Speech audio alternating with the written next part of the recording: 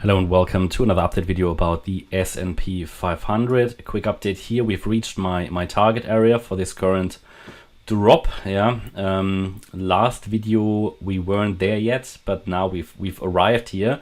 We've seen an expected first reaction to this support area and could already start to move up impulsively now. We could already start to move up impulsively. However, in my opinion, it is still a little bit too early for that. But still, we reach the target area. Whenever we reach these support areas, we need to be ready that the market could turn around. How is the support area defined? I'm going to show you that as well. That is based on, let me just find the lowdown here. It's based on the fib levels, the retracements of this move.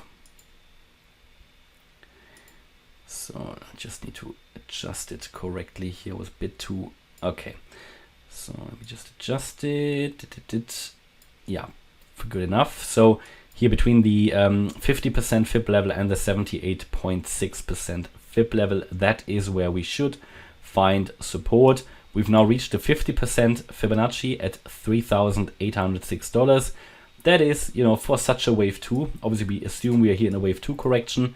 A, B, C, and overshooting wave B. That is for such a wave 2 correction a good area, a good support area. The wave A usually reaches the area around the 38.2% fib level. We did that here nearly. We then had an overshooting wave B, and that was when CPI was released.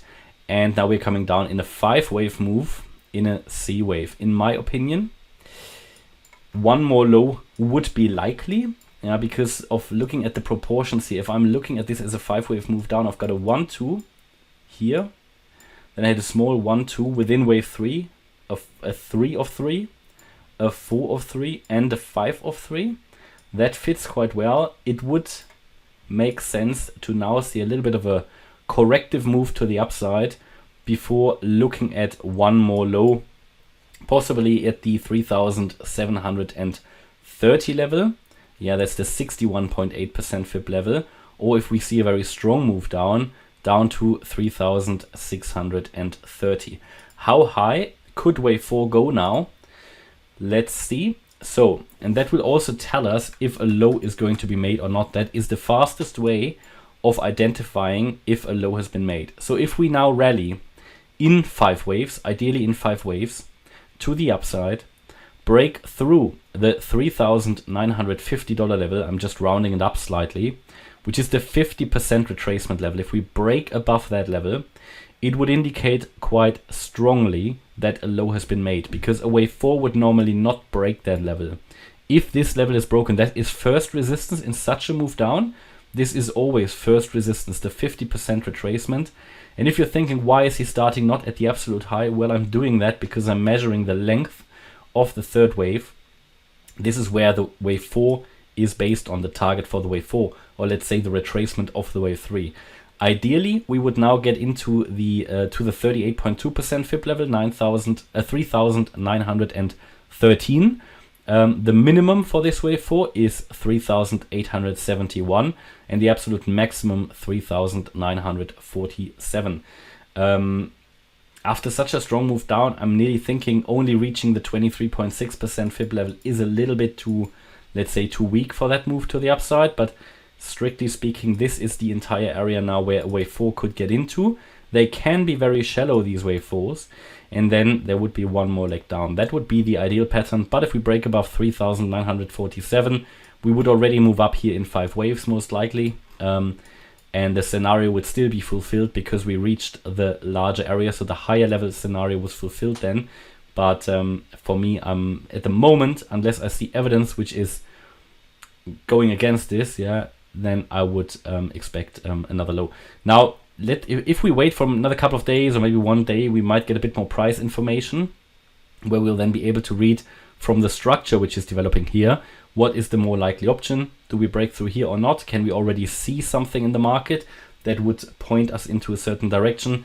But because the bounce literally only just happened, we need to have a little bit of patience. But yeah, these are basically the options. I think we're close here to a low. The problem is, or the problem starts for this wave 2 scenario, if we break below the yellow box. So if we do that, $3,640, then most likely we're going to make a new low below the October low, which would mean a new low for the S&P 500, continuation of the bear market.